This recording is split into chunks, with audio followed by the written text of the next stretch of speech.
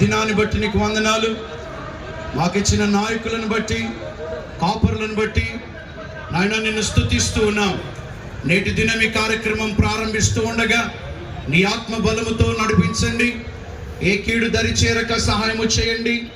అందరూ ఏకీభవించమని, నీ కాపుదలను నడిపించమని యేసయ్య మహిమ కలిగిన నామమున ప్రార్థిస్తున్నాము తండ్రి, ఆమేన్.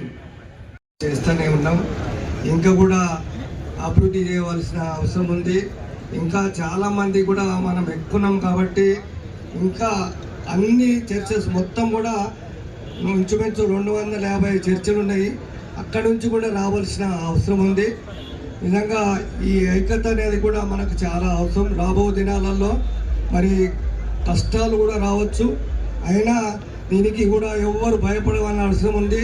మనకు నిజమైన దేవుడు ఉన్నాడు కాబట్టి తప్పకుండా ఏదైనా జయిస్తాం మనము. కాబట్టి విశ్వాసులందరూ కూడా ఏది ఏమన్నా మన లోపల ఏమన్నా ఉండొచ్చు, కానీ అందరం కూడా కలిసిమెలిసి ఈ కార్యక్రమానికి మన శక్తి ఎందుకు, మన బలం ఎందుకు చూపెట్టుకోవాల్సిన అవసరం ఉంది. నిజంగా ఇది ఏదైతే ఇప్పుడు క్రైస్తత్వం అనేది ఇప్పుడు ఏదైతే సుప్రీంకోర్టు ఏదే రకంగా కింద ఆంధ్రప్రదేశ్ చేసినటువంటి హైకోర్టు తీర్మానాన్ని వారు సంబోధిస్తూ దాన్ని ఎంకరేజ్ చేస్తూ ఉన్నారు. కానీ నిజంగా అది 1951 రాజ్యాంగం పట్టంగా తప్పకుండా ఎవరైనా ఏ మతాలైనా కూడా స్వీకరించవచ్చు, మతాలను కూడా కానీ కులం మాత్రం ఎక్కడ కూడా పోదు. जुल्म के खिलाफ सच के साथ तो जुड़े रहिए, खबरदार रहिए सिर्फ ZHBTS न्यूज़ के साथ।